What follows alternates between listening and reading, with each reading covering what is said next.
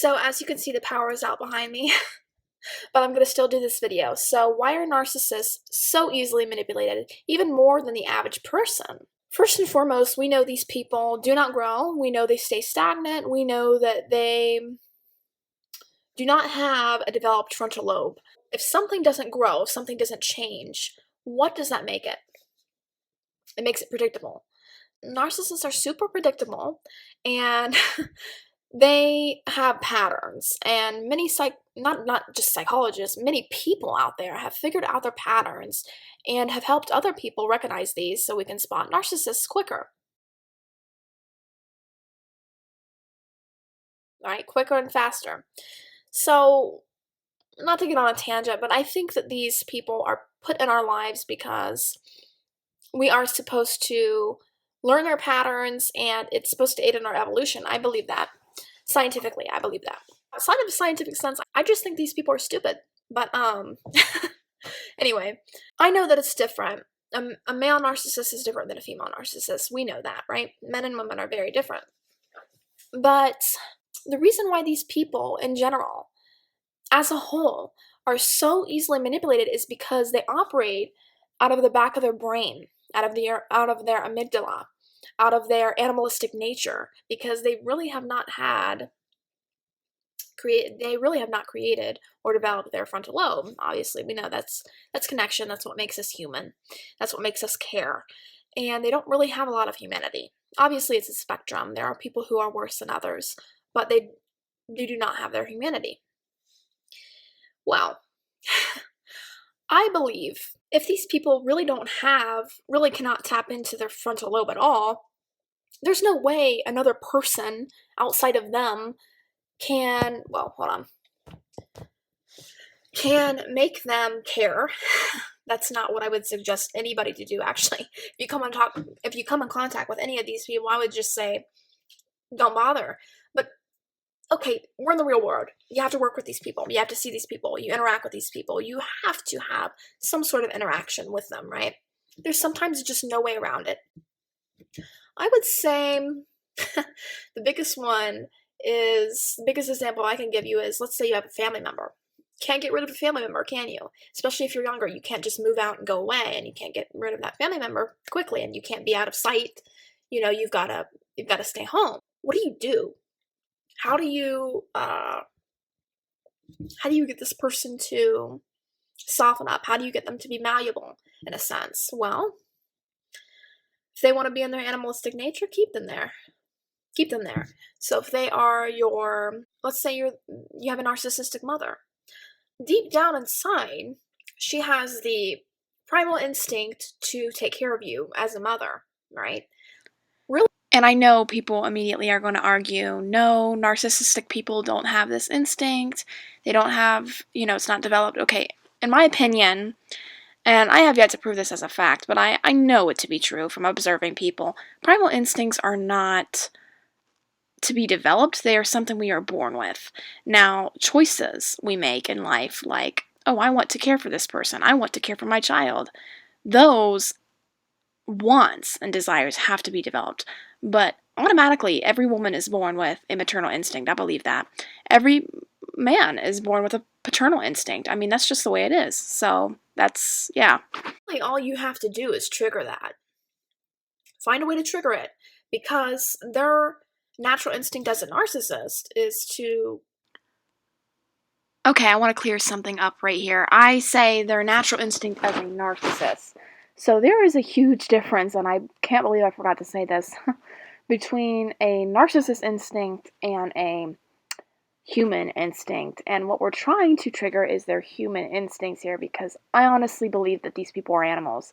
And I believe that it is important, if you want to get the most out of your interactions with these people without just being trampled and walked on like they want to, I would say you have to trigger their primal instinct, which I'm going to talk about in a minute. Turn you into the parent if you're their child, basically, and get you to do the parenting. Because these narcissists are crazy, and they haven't grown since 12 years old, and, they're still mentally there. We all know that. Whatever. You have to trigger her maternal instinct. Somehow, some way, you have to figure out a way. And there's multiple ways to do it, but you have to figure out a way. And this is the only time you will create interactions with narcissists that will work in your favor. Is if you keep them in that, I mean, they're not going to change. You're not going to get them to go straight to their frontal lobe and want to have a connection, a deep connection with you. But for a few moments, you can get them to care by triggering some sort of primal instinct. And I'll give you an example. So, before I continue with my example of how I did this, I just want to preface this with, this does not last. That's why I say ideally you should have no contact with these people at all. But, like I said, sometimes you can avoid it. So I was trying to find a way to not use personal details. It's hard. I was out to lunch with this really old man. As soon as I say really old man, you would think that as an older man, he would, oh, I don't know, and this is family.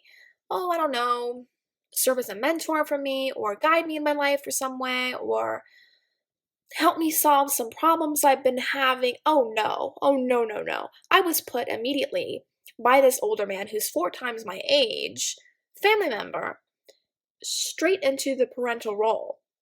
I'm an 18-year-old girl. How am I going to parent somebody who is, I don't even want to say the age because that's going to give away more information. Old. No, it doesn't even make any sense. So what was he trying to get me to do? Well, I had a problem that he created for me. Typical of narcissists, typical of narcissistic sociopaths, to be specific. And I was just like, oh my God. And if it were up to me, I would have no interaction with this man.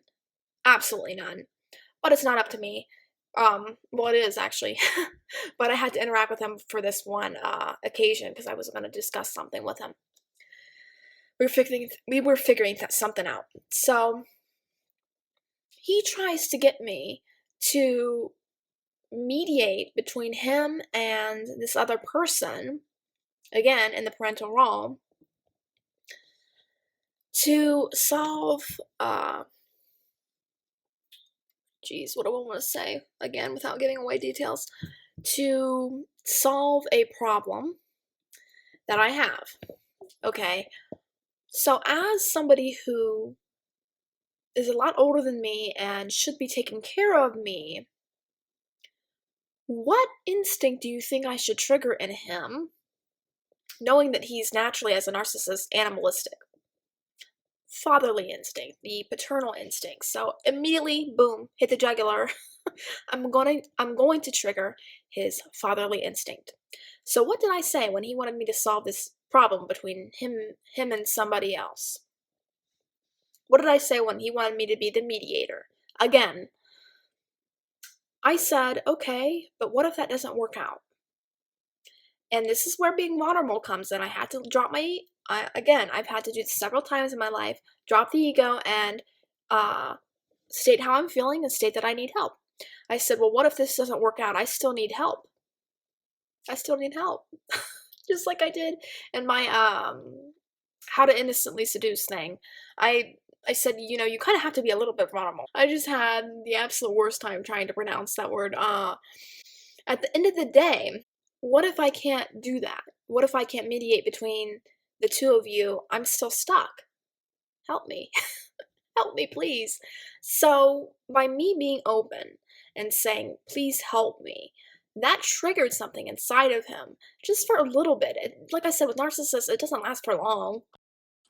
Narcissists, especially those that are older than you and they have parental control over you, or they're an older family member, anybody who is basically your primary caretaker who is a narcissist will always just want you to be afraid and always have your defenses up and be scared around them. All of this, they want to cause all of these emotions in you so that you can't rely on them and you can't ask them for help. What I'm doing here is I'm dropping my defenses, and I'm saying, I really don't care how dangerous you think you are. I'm going to ask you for help, and I'm going to get it, because I'm going to trigger something inside of you that's going to make you want to help me, regardless. So that is it. Obviously, then they're going to go back to their mean selves. But for this split second, and he ended up helping me out of that scenario immediately. Then he just offered me, he said, okay, well, I'll just take care of it. And he did it just by triggering his paternal instinct. So, and I've done this with just about any narcissist you can think, really, because that's the only way to get what you want out of the interaction.